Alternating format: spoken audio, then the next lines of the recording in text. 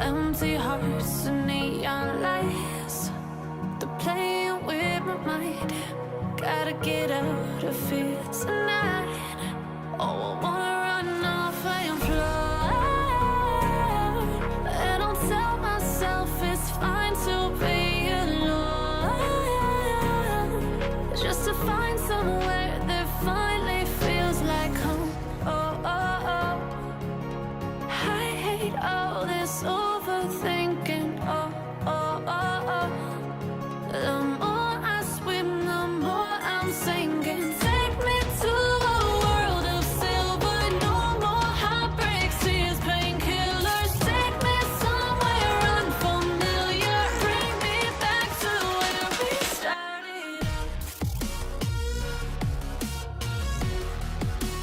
Get me out of now, to where we started.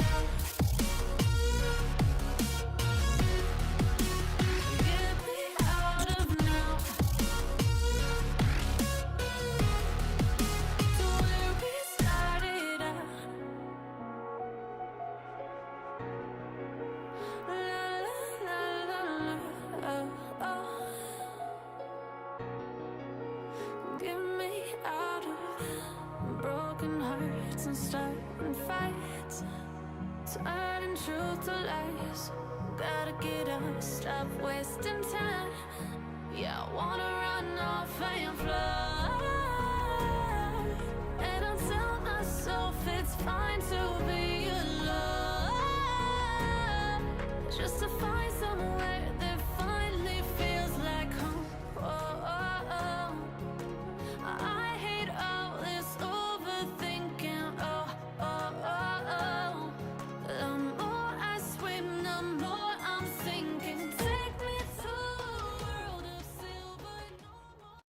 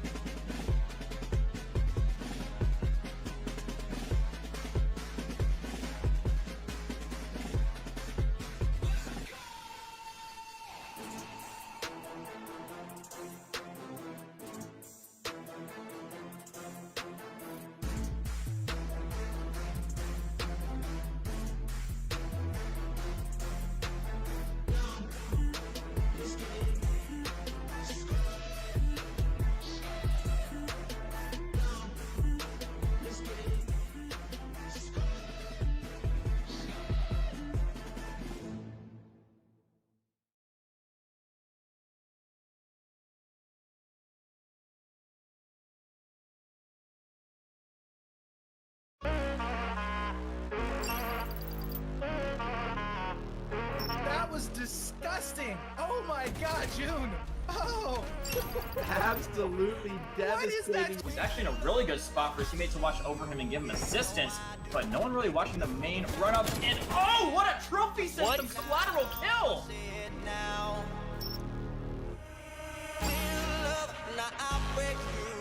Oh, they gotta get on the point. They gotta get on the point. They're gonna run out of time. Can they contest? They are with 1.4 seconds. And Phil is gonna go down. We are gonna be seeing him now. No, out of the point, and Wave Runners by the skin of their teeth. They're gonna be able to hold on. Can he play from horse? Holy! He's gonna get another one!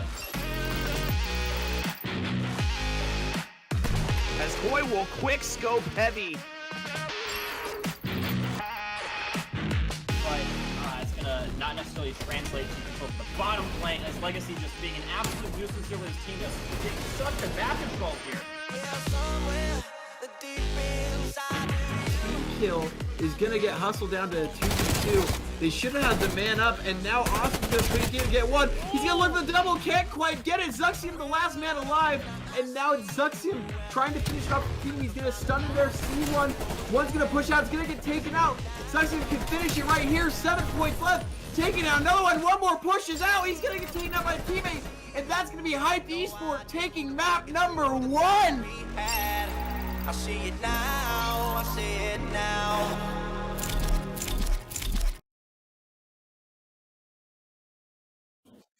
Hello folks, it's time! K7 is back, and we've got ourselves a hardpoint weekend. My name is Mokormio, alongside myself is Kamaka. And Kyle, you know, it's been a little bit since we've had really a big thing for Call of Duty here at K7. It's been a little bit of time, obviously, since we've had the switch from the previous game in Cold War here into Vanguard. But now that we're back, now that we're feeling good about a new season, how are you feeling about this game specifically, and what are you looking forward to over the course of the Vanguard year? Corn. I think this game has a lot of potential. Obviously, it has its shortcomings like the bomb glitch and the fact that spawns in Hardpoint, which we'll be seeing tonight, are so dang sticky. They're like cement spawns. But obviously, these are things that are fixable. And so I'm overall very optimistic for the year. And I know that a lot of people have been starting to see how good the movement is. And they're like, finally, a COD with good movement. So there's a lot of interest being shown back in the game, even from people that have been gone for a little while. Yeah, well, I mean, you saw back in Modern Warfare kind of the similar movement to what we have now. A lot of the people that are kind of coming into this game or wanting to play this game a bit more than, I guess, inside of Cold War, the people that were maybe more caught up in Warzone, who like the Modern Warfare movement and overall stylistic of the game a little bit more than Cold War, and are starting to make that kind of comeback here inside of the Vanguard year. But overall, I think what you'll see is kind of going to be the teams that were good last year are going to continue to take those leaps forward, are going to take those big steps into the next part of their career or what they are going to plan to do inside of this game. But you're also going to see a lot of regression from some players who just might not feel the same way or have that same passion about this game's movement or whatever it might be. So when you kind of combat that specifically, you have to take a look at least at a roster that last year was incredible throughout the entirety of the season, whether it be in Challengers or a couple of these players inside of the CCL. And that is going to be the side we're going to see here in this game of Team Final Strike. Team Final Strike, you were talking about them a lot. You said they were a really good team, and they've proven themselves already here inside of the Modern Warfare season early on, or rather the Vanguard season early on. But you look back to last year inside of Cold War, I mean, they placed, rather, 3 of these players in Spido, Y-Eat, as well as Dassin. They all placed top 32 inside of the final tournament of the Challenger season. So not only is that a big step in the right direction, but that's a milestone in your career, and you can continue to build off that into the Vanguard season. I think that's exactly what we're going to see from this roster.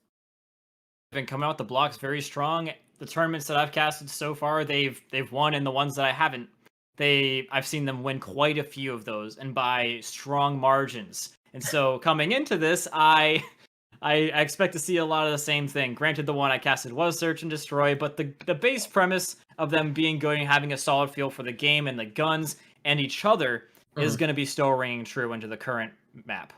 Yeah, like I said beforehand, I mean, although S&D doesn't necessarily always correlate and translate into Hardpoint, you can definitely take some of the things that we saw from last season and go ahead and give them a notch in the right direction inside of this game already. But we have talked kind of enough about them, at least for the beginning of this. There's one more player on that roster I'm going to go back to and kind of talk about a little bit more later. But as we kind of go ahead and find ourselves talking about the team that they're going to be going up against here inside of this best of 3 series, you got to look at the side of IB squad with Rejects, Atomic, Frags World, and Killa. We saw Frags World inside of the K7 League last year. We saw how important he was in a role to that team on Monolithic, but more importantly, now as we kind of continue to look forward to this year, it's the same question that we have to ask every player. Are you going to be able to have that same consistency going into the next year? And again, in a game that's so volatile in the way that the meta and the game changes year to year, it's so hard to be consistent on a year-to-year basis, especially when you're in the challenge scene, always trying to find new teammates and whatnot. But That's what separates the best players from the best players, and we'll continue to see those players once again continue to build themselves and grow as we go ahead and find ourselves in the early months of this game. Said Corn, it's not just about consistency and being good between all the COD titles, it's the ability to adapt to all the changes, especially early on. And I've seen that Team Final Strike is definitely up to the task. Vibe Squad, I haven't quite seen a whole lot of them just yet, but them defeating Hyped Esports in the previous round and pretty much every single one of the other teams, literally up until this point, it's a good sign. Currently, they've only dropped one map along the way, whereas Team Final Strike have dropped 0. So they do have a statistical edge as well as a historical edge here for Team Final Strike. But I mean, maybe they are, maybe their playstyles clash very well with the sides of Team Final Strike who are very aggressive, and maybe Vibey Squad will know that and be lying in wait and ready to catch these guys as soon as they hop around a corner.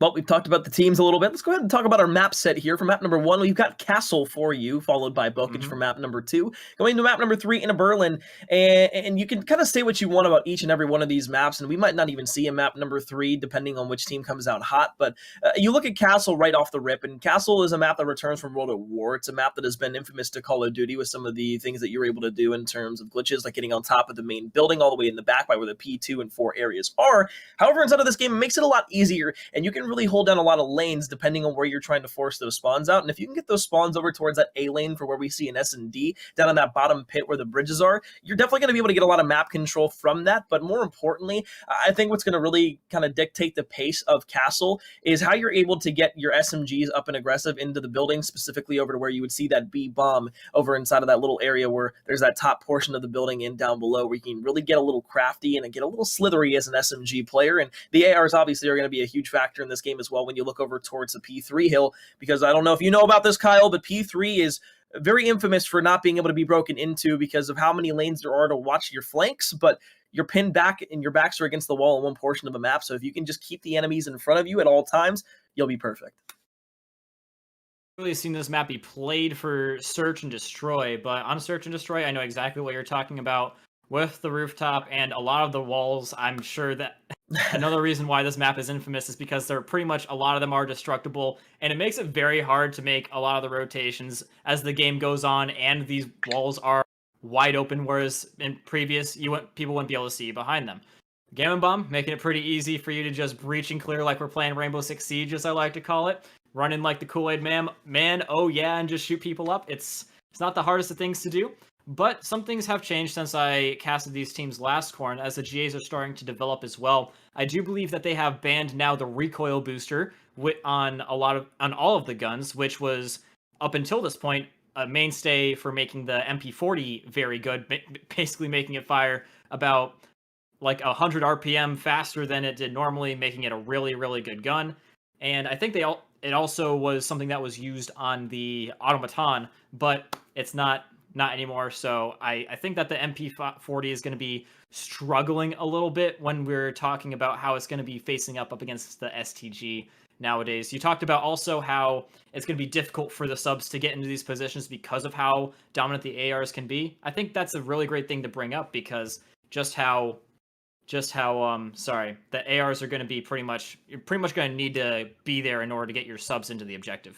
I mean, yes and no. I mean, a lot of it is going to come down to, sure, the MP40 might not be as strong, quote unquote, as it was a bit previous before the GA of that barrel came into play, but at the same time, you're always going to have that one submachine gun that you're going to be using over everything else, and you're going to have a submachine gun at the end of the day. So is it going to be completely useless? Absolutely not. It's still proven throughout the last couple of rounds of this tournament specifically to still be an incredible choice as a submachine gun for a lot of these players, but it's just going to kind of change how you're going to be able to play with this weapon opposed to what you could do beforehand, and that's going to be a learning curve within and of itself. But at the same time, you have a lot of GAs that are going to be starting to come out over the next couple of days, weeks, and potentially even months as we move forward, because this game is not going to just have one solid meta and be boom, we're done for the rest of the year and we're just going to keep those changes. There's always going to be something that either comes through in a patch or something that is found out by different players that is going to change the complete, I guess, complexion of this game, and that could lead it to easily being GA'd. And if it's as stern as what we've seen in the last few years of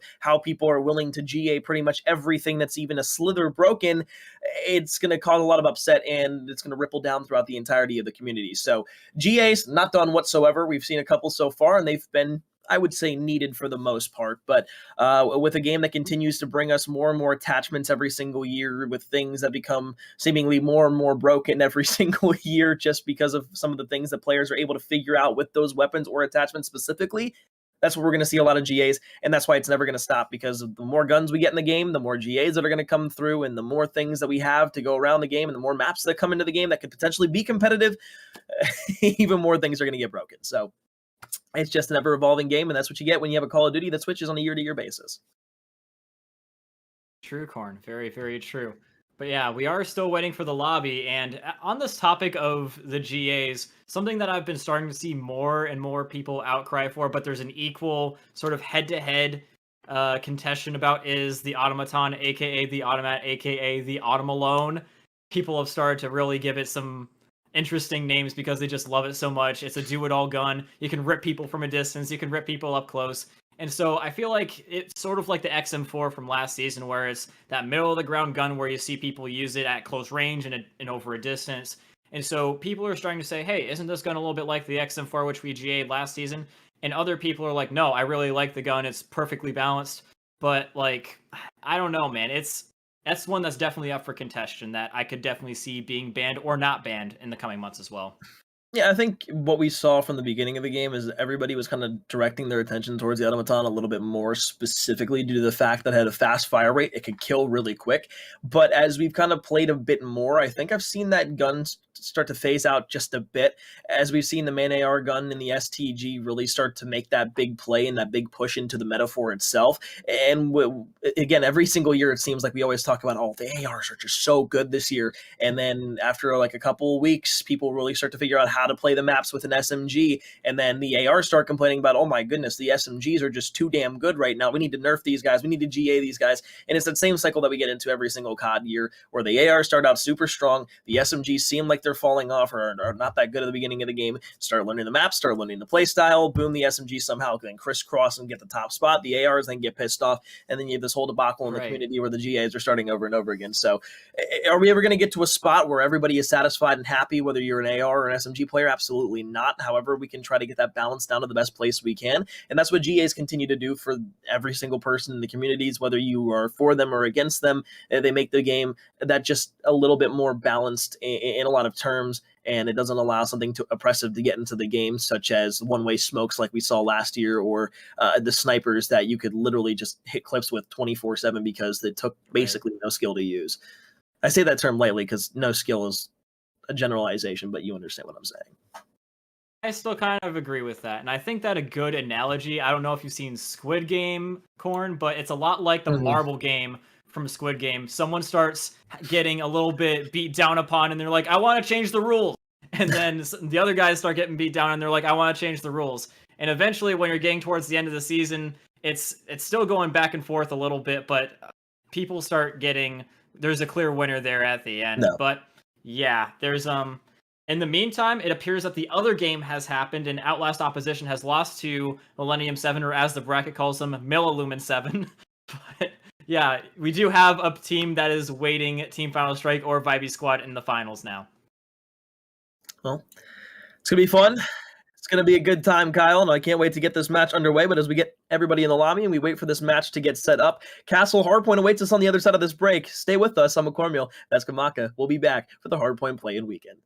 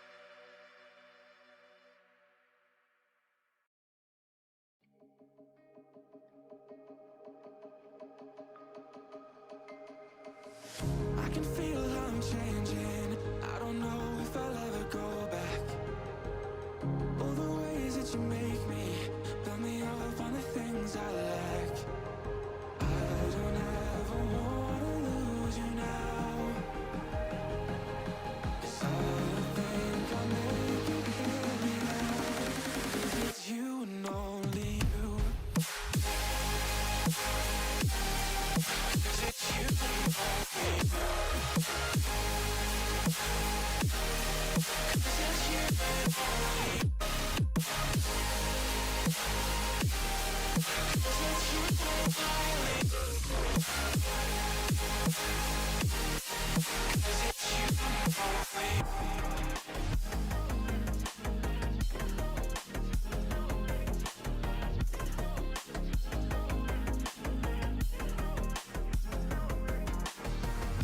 don't know where the time goes, it just flies when I hold you close.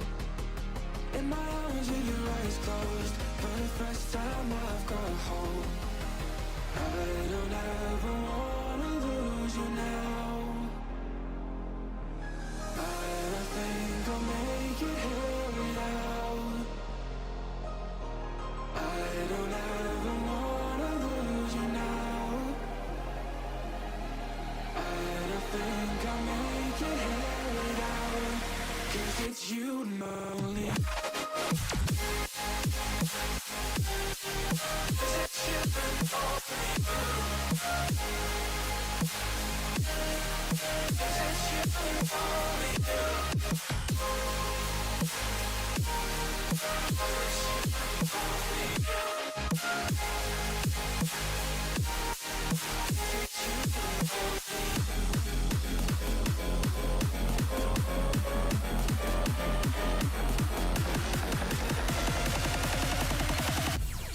Because it's you and only you.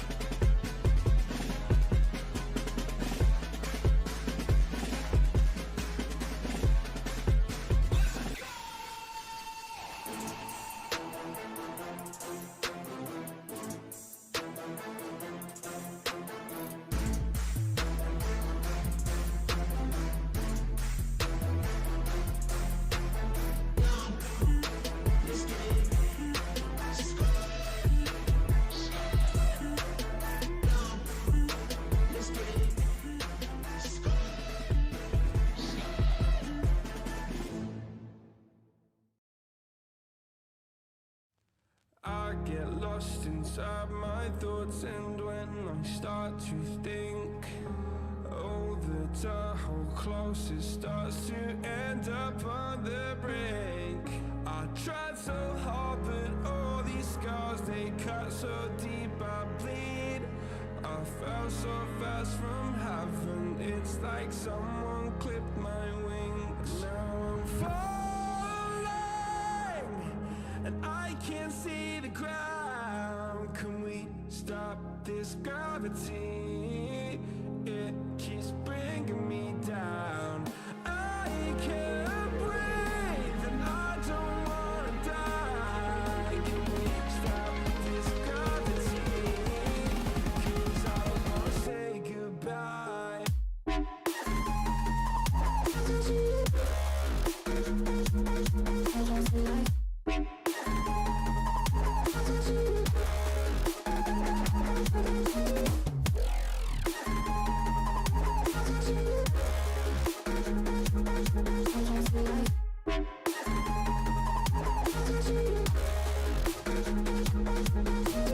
I forgive the pain you gave to me so long ago.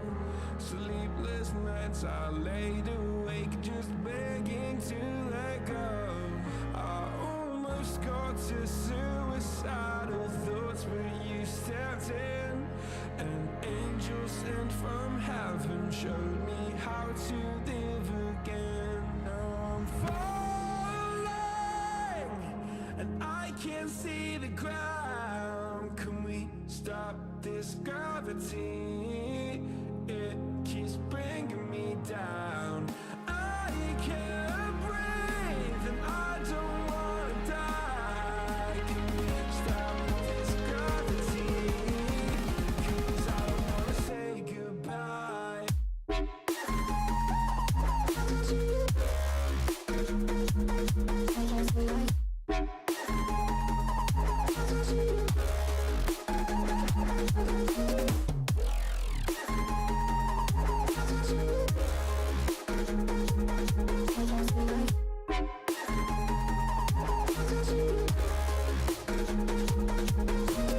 My love, I'm gone. I need to be strong. The darkness had tried to swallow me. Some days I fall, but I hear your call. I pray I don't hit the ground. Gravity.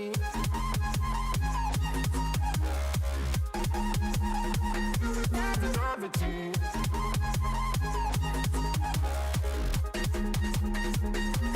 Gravity.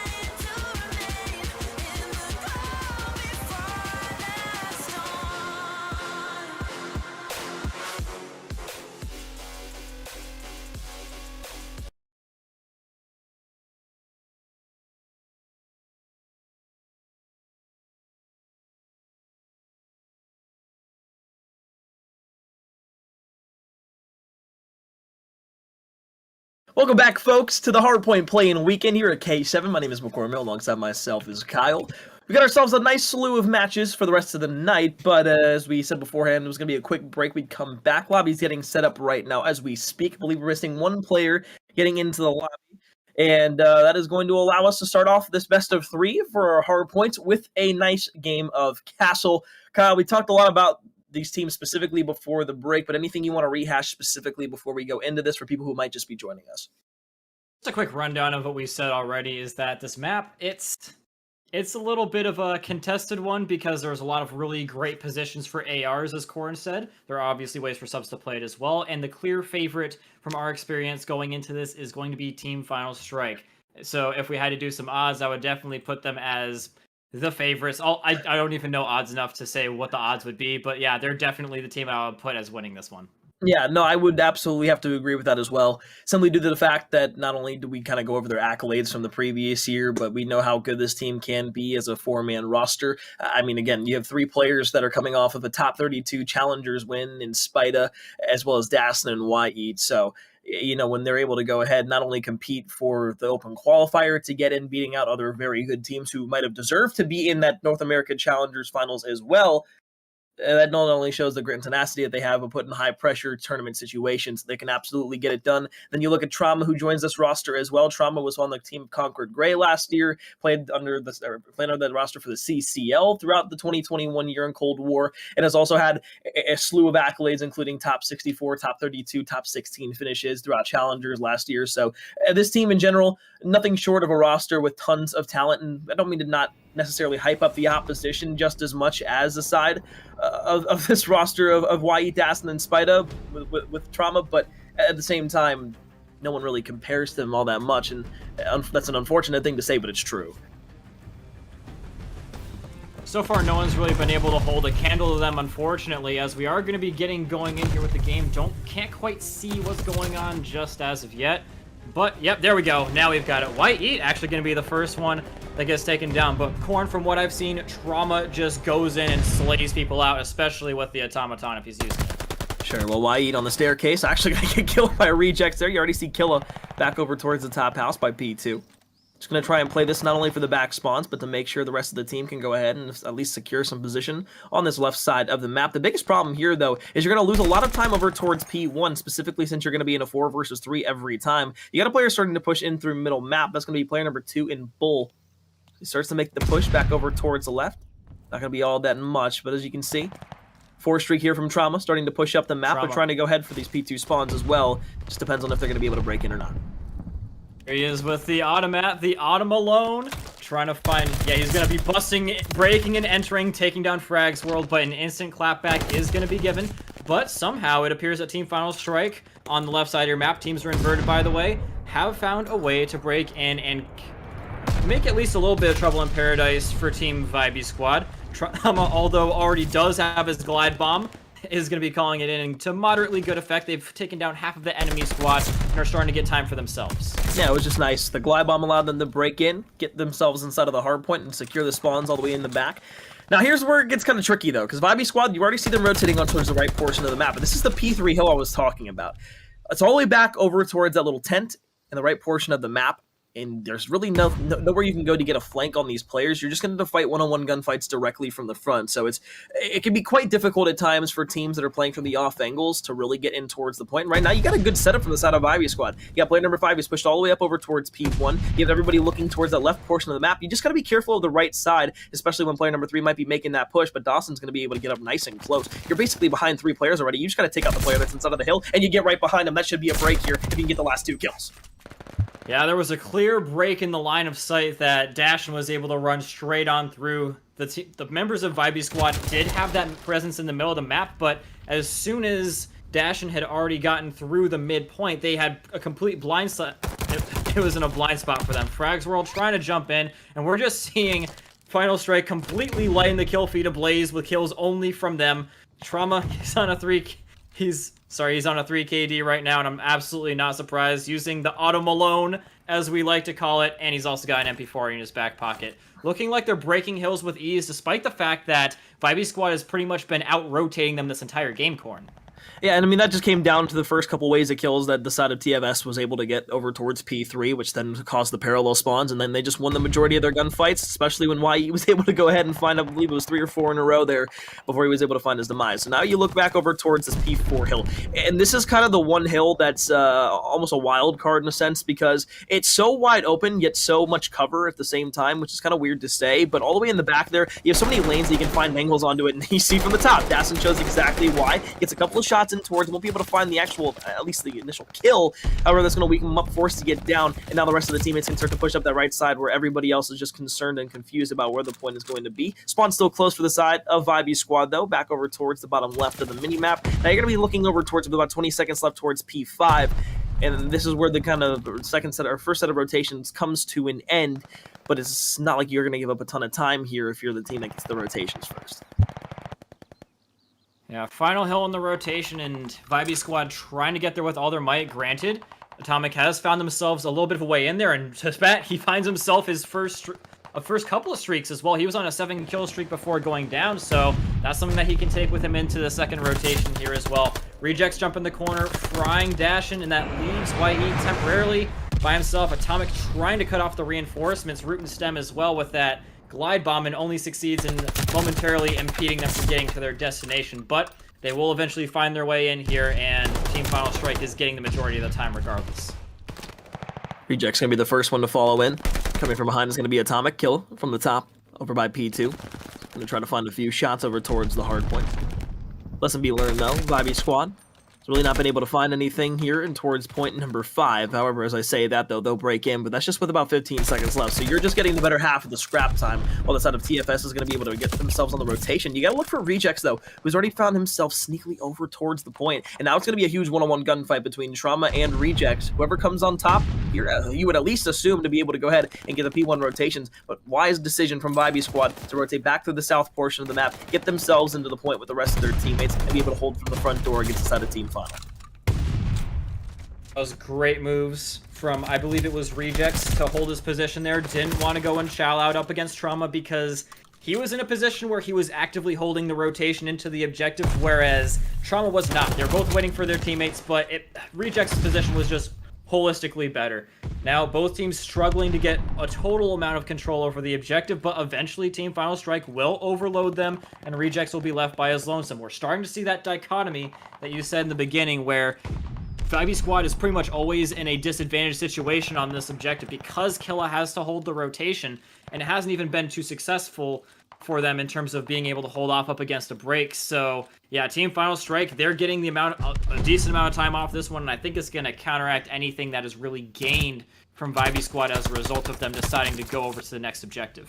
You know, the one thing I was talking about Hero earlier was the fact that in this game, if two good teams are matched up against one another, inside of this game specifically, I think it's going to kind of lead us back down a path like we saw in Modern Warfare, where none of the games were necessarily like blowouts, but even the games that seem apparently close in the scoreboard still feel dominated one-sided by one team. And not do I think that this has happened so far here in this game necessarily, but at the same time, I think that's going to be kind of the tone that's set for the entire year, is that there's going to be a lot of close, good games, a lot of fast action-paced maps that are going to allow the fans a lot of pleasure in the viewing experience. But overall, I think it's still going to be feeling like it's going to be a one-sided matchup if the team that does come out on top has led a strong arm in the game. It is eventually going to be broken, and it does appear that we have a lag out coming out for Rejects. That sucks because he actually had streaks, and now he's going to be losing them. Trauma and the guys already rotating on away. One thing I do want to say, though, is that despite the fact that in the previous hill, Killa might not have had the most impact in deterring his opponents from getting onto the hill, this time he did. He was lighting up the kill feed, just getting 3-piece after 3-piece, and that really hurt Team Final Strike in their attempt to get to the objective. But how much more can you really do when you're a man down at this point, Corn? Really nothing. I mean, the best you can hope for is to hang on and close things out, but why will go big, gets a little quad in the chat, and that's another thing about this game, too. The kill feed lasts for quite a long time, and by a long time, I mean, like, you could have at least, like, maybe 2 lives where you spawn up, and the kill feed still be there for you, with a couple of kills that you got inside of it. So throughout the entirety of the year, there's going to be a big learning curve, not only for people watching, but us as commentators as well, just knowing when and who has gotten those kills at what point, and how long ago it was, because, I mean, mean, that thing sits on the screen for a good 7 to 8 seconds, maybe even 10 seconds at some time. So it'll be interesting throughout the entire year to experience that learning curve as players, as commentators, and the spectators.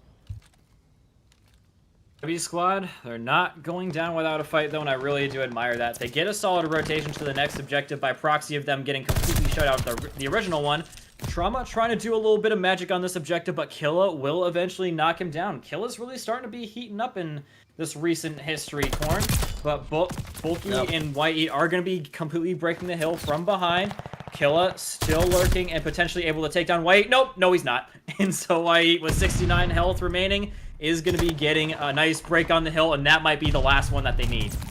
Might be the last one, still getting kills all the way from the back, and you got to imagine here in this game with about 10 seconds left, obviously it's going to be over, but I don't think a replay is going to happen. I don't know the rulebook necessarily, so I'm not going to speak on it verbatim exactly, but with 3 seconds left, Bobby Squad, unfortunately, they do have that lag out problem. It's still a 70-point win for the side of Team Final Strike, but, you know, to kind of commentate on that a little bit more and at least kind of give some, like, insight to it, number one, usually in a hard-point game, if somebody lags out halfway through it, it's already been too much time invested into the game by both of the teams to where it's going to be final through there on out due to the disconnect. And even if the player did have streaks, unfortunately, it really won't matter all that much because you can't just necessarily replay an entirety of a hard point like you can replay a round of like an S&D or something like that. So that'll most likely stand, and it should be a map number 1 victory to the side of Team Final Strike. However, again, I'm not 100% sure if that is going to be the correct rule stance or how it's going to go about that, but that's just kind of my 2 cents on it, what I would presume is going to happen. But I mean, Kyle, what we saw in that game was a lot of great rotations from the side of Team Final Strike. We saw them break a lot of hills with relative ease throughout it. It seemed like they had the upper hand and that they were in the driver's seat for most of that game, but I saw a lot of things that I like from the side of IB Squad, namely being able to have that slaying force and factor that they had early on that continued throughout the game. And there were a lot of routes that they took and a lot of little kind of ratty spots almost that they were able to play, especially namely over towards P1 on that first set of or rather the second set of rotations when it eventually rotated back towards P1 where player number 5, I believe it was Rejects, held on and was able to hold down the majority of that P1 time for the team. And that got them to within about 20 points. And that could have been the turning point in the game, unfortunately, if Rejects didn't lag out a little bit later on with those streaks. In all honesty, I was starting to think maybe that their lack of push towards P1 in the beginning would hurt them by the fact that their opponents would get pretty much equal or more time than they did, judging by the first P1. They did get broken on it a couple of times, but still did manage to hold strong. But it didn't really quite go that way that time. So Rejects, again, before he lagged out, was able to just negate a lot of the time from going into the hands of his opponents before he went down, which is pretty much money in the bank when you're going into a full 60 on the next hill. But yeah, I'm really sad either way, Corn. I'm really sad that the guy lagged out. Rejects had to lag out because it was just such a close game, and I was a little bit not ready for that. One thing I will say though is that despite the fact that it was so close, I wouldn't have predicted it to be that way because of just how. I do have to point this out that the Vibey Squad was pretty much favorite on the rotation every single time. P2 rotation, they were there. P3 rotation, they were there. P4 rotation, they were there. And P5 rotation, they were pretty much not on P5 necessarily, but they were. Yeah, P5 was pretty much the only sheer exception to that. But most of the hills they had solid rotations for it, and despite that, their opponents were able to make close games out of it. I will say this, in terms of a hard point in general, you can only get so many 15 to 20 second opportunities with then losing the rest of that 40 seconds of time to the other team without being able to put yourself in a detriment throughout the entirety of the hard point. And that's exactly what we saw there in map number 1. So will that change here in map number 2 when we get into what's the map here? When we get into Bokage? Well, maybe that'll kind of tell a little bit, but at the same time, you look at this map, plays a lot different than you would assume a castle map would. And I actually really do like the way the Bokage plays. So we'll have to just wait and see for that map. Hero, are we in the lobby? Yes or no? Okay, so we are about to get into map number 2. This could very well be the end of this best of 3 series if the side of Team Final Strike is able to take this over Vibey Squad. Vibey Squad, though, a little pissed off, I would assume, after that lag out in map number 1 with a little bit of vengeance to come out here and play with. We'll just have to wait and see who takes it. Map number 2 underway, though. We've got the side of Team Final Strike in the red this time in the correct way, and Vibey Squad on the right in the blue. Hard point number 1 underway. 10 seconds already ticked off the clock. Rejects already finding a solid flank into his opponent, so that's YE and Bulky down off the rip. P-Dashin is going to be trading himself out, but in the beginning, it's looking like Vibey Squad is going to be first onto the objective and getting some good rotations for themselves. They do still have Trauma in the back and trying to hold down these close P2 spawns, but one thing I've noticed about this Corn is that if you can easily spawn trap people in these close spawns for P2, and on this map, the close spawns aren't always the favorite ones to have. Sure. And that almost can be kind of held true for some of these maps in general, just not even Bow Cage. You know, I feel like the last couple of years, we've almost been in a situation where even if you have the closer spawns, maybe it's not always necessarily going to be the favorite, which is kind of a weird thing to say when you're talking about Call of Duty spawns. But, I mean, it's held true. And, you know, throughout the year, we'll see teams kind of start to play these maps a little bit differently. We'll see them be able to hold down different spawn sides, or maybe force spawns in a specific way to where they want to manipulate them to give themselves a better chance, even if those aren't necessarily technically the preferred spawns. And again, that just is going to be one of those things that we have to wait and see as the year kind of progresses. But a 10-point lead for the side of Vibey Squad here after the first hard point and a half is going to be at least cut down on for the time by the side of Team Final Strike, as they've held themselves firm in towards P2. First kill there by Killa, and the frags rolled on the second is going to be big. Rejects is there. Now Dassin trying to make the play. Will go for one. Tries to pre-fire onto the second, but from behind here comes Atomic for two. And that's going to allow Vibey Squad to get themselves back in the hard point with 15 seconds left in the scraps. Yeah, one big thing to point out there, Corn, is the fact that no one who really held either spawn was the sheer beneficiary, but he who holds the middle of the map gets yourself pretty much a cutoff on your opponents flanking you, but also a road right into the heart of the objective and a counter heady for anyone that is on the objective from the close spawns. So whereas you might want to have the close spawns, you definitely want to have the mid-map control. Vibey Squad using it very well in that last instance. But Team Final Strike, they're finally finding their way into the objective. Atomic, this is one objective, Corn, where the close spawns are definitely, I would say, better. Because Atomic, look at this window heading he has. As soon as anyone tries to really extend past this little spot that Bulky is in right now, he will see them, and he'll have a head glitch on them while they're right out in the middle of the open. All Vibey Squad will go ahead and knock 4 down. Killa continues on the streak. That's going to be 3 in a row. 2 in a row for Rejects, but as YE is now able to take down Killa. Gonna look back to the middle of the map. Rejects going to slide out. Comes from behind. Another one is going to be able to get that kill, but Trauma's going to be there for the trades. 2 in a row. Now starting to push back in towards the hill. It's kind of the difference here inside of map number 2, where we see Vibey Squad actually be able to get rotations and hold onto them and or break the side of Team Final Strike. Bulk's going to try and fly in for the last couple of kills here. They also have the P4 rotations held down too. So this is going to be big for the side of Team Final Strike to regain some sort of semblance on this map, specifically as Bulk goes big for 2 and YE finds another 2 in a row as well. Team Final Strike literally exactly where they want to be. YE just feasting upon the kills for fun. He's one off of getting a strafing run, and there it is. He's got 2 streaks now. Could still get another one in the bombing run, although I don't know if he would want to use it because of something I'll mention later. Good lord, YE, he's going to be getting taken down just before he gets the bombing run. But Corn, to that, I just mentioned the bombing run, and I've seen equally amount of deaths from your teammates from your own bombing runs as your opponents, so it's pretty much a double-edged sword.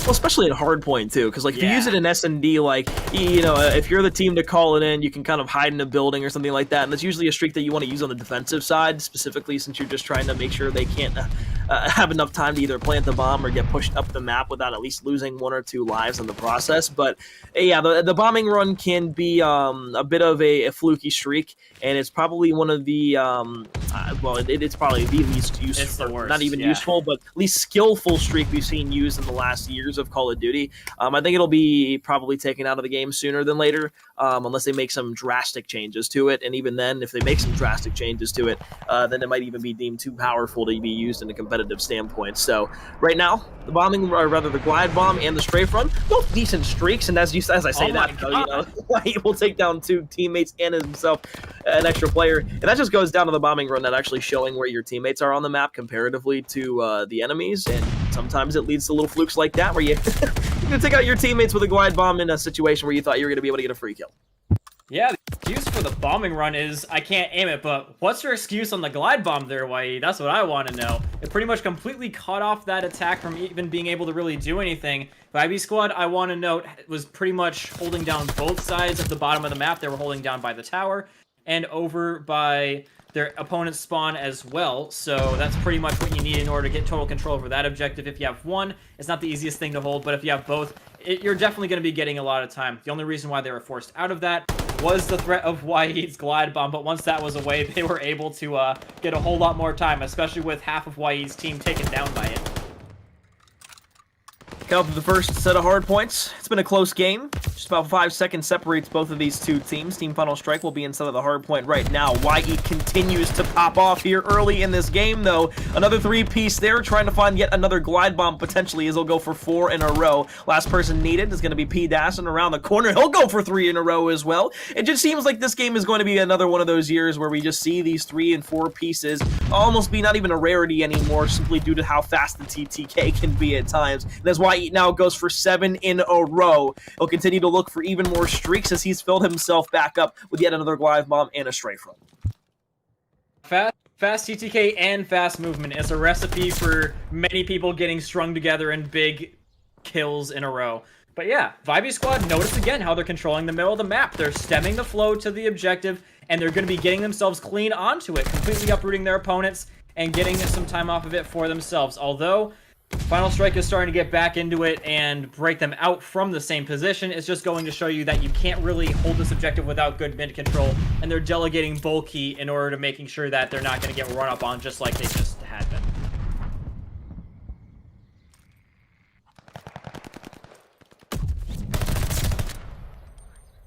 Trauma with a solid kill again, but instantly going back down. Speaking of the kills, one thing, Horn, can we just take a minute to see that Wahid has 40 kills? I mean, like, with the amount of times he's been streaking so far, you just kind of expect it, but I think the biggest, like, kind of eye-opener is the disparity between the rest of his teammates. Like, 14 for Trauma, 11 for Bulk, and 16 for Depressed. Like, yeah, that's good.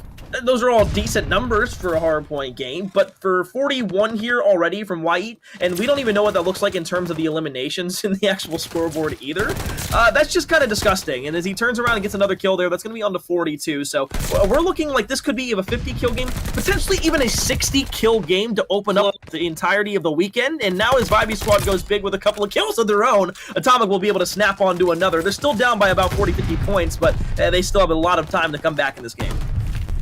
Killa, he might be getting a lot of deaths, but at times he really does get a lot of the kills as well. Vibey Squad with a solid break and not a moment too soon. Their opponents, if they got these last 20 seconds, it would be pretty disastrous just from a statistical point of view. But the fact that they're able to make this at least contestable, and to the point where they're going to be able to rotate into this next objective, which they have. Nice shots with a pistol by Frag World, by the way. Does eventually get knocked off with 4 seconds remaining, but Vibey Squad, they're fine. They'll take that one on the chin as they're rotated all the way to the next objective already. And Team Final Strike, they don't really have the makings to make a counterattack quite so soon.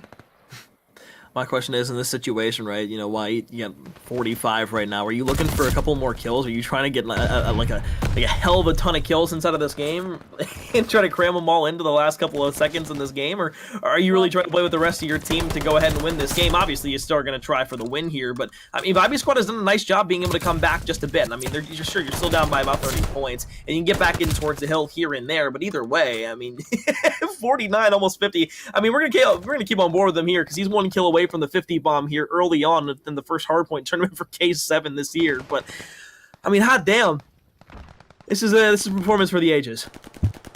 In defense of Wahid, the reason why he's not using any of his streaks right now is because if you look at the objective, it's pretty much all inside. He wouldn't be able to even bend his glide bomb inside or anything. The next objective, however, is right out in the middle of the open, so he's saving it for a more opportune time. And I'm sure that we're going to be seeing them being brought out very, very soon. Dropping 50 kills now, Wahid.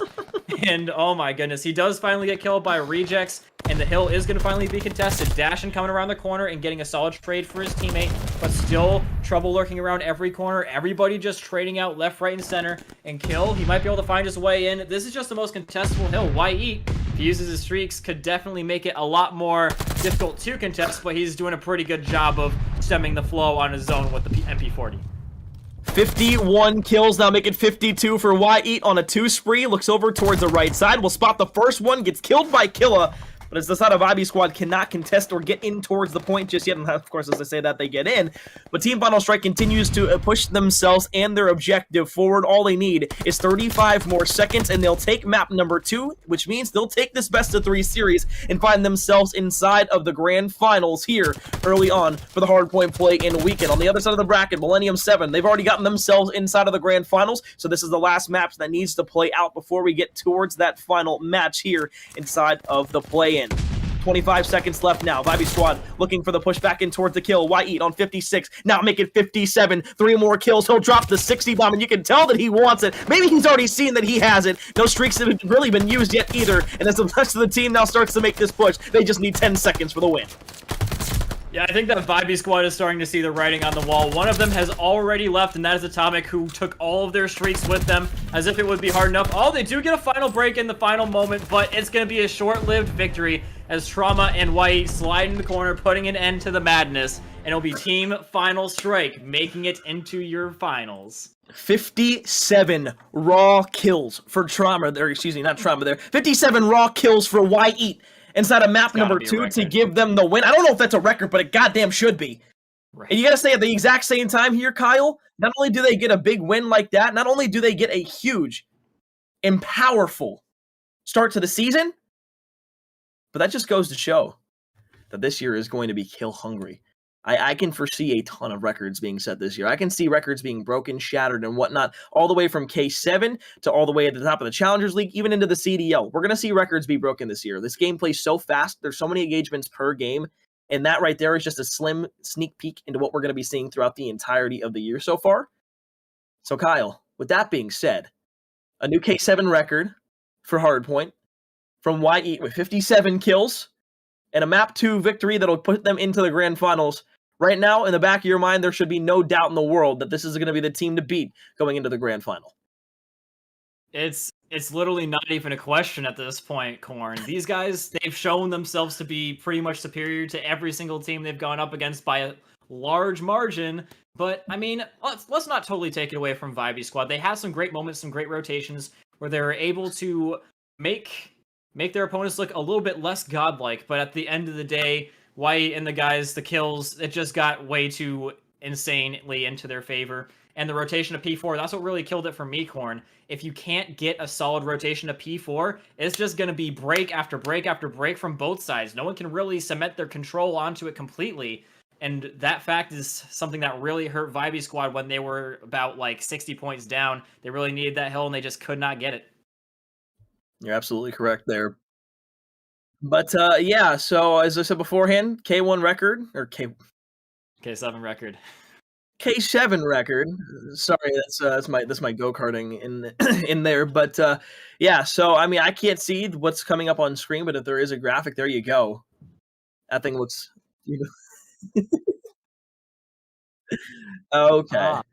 Okay, see, I can't see that. I just see a black screen there. I can see it. Oh, in the chat. Oh, okay, see, this guy is showing me a different area. But yeah, so the previous kill record inside of the K7 League for a single game was 46 kills. Eat comes out and tops that by 11.